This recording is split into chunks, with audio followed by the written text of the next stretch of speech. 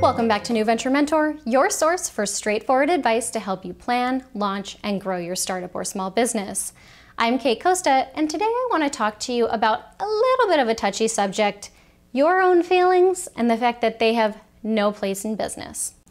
Okay, so I'm speaking in hyperbole a bit. Obviously, you're not a robot, and I know that you have feelings.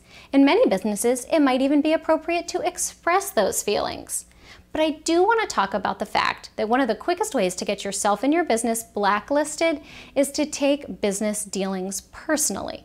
Lots of people, including me, will tell you that relationships are key to building a successful business.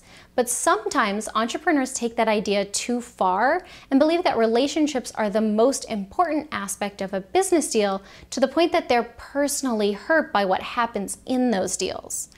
For example, I've worked with a few contractors who had become incredibly offended and hurt when they were not informed of decisions being made about restructuring or hiring or program direction at the organizations with which they had contracts. Some would try to be cool about it, but would bring it up later in conversation about something else to make sure we knew that they were hurt. And some would send out aggressive emails demanding to know why they hadn't been informed of XYZ decision and saying they'd done so much for the relationship and would have thought we would have kept them in the loop.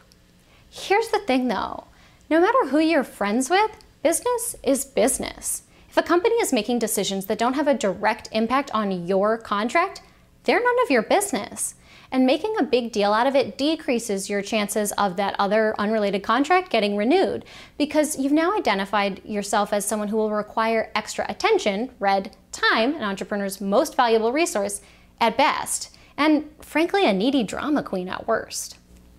Whenever I mentor any young person, whether it be for general career advice or business development advice, I always explain that everyone out there has the same job, to make her boss look good and to make her boss's life easier.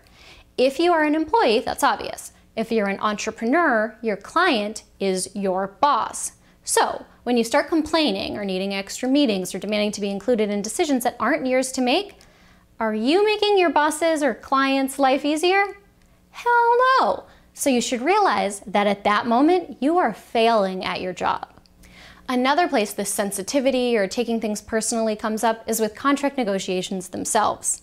I can't tell you how many times I've worked with entrepreneurs who've become either deeply hurt or incredibly defensive when I tell them their pricing is too high and we're not interested in signing or re-signing a contract. Now, sometimes it's because my organization doesn't have the money, despite my thinking the service is great. Sometimes I think the person is way overestimating the value they provide. Sometimes there's someone else who just had a better proposal. Whatever it is, it's not personal. It's about whether the business relationship works or doesn't at that moment.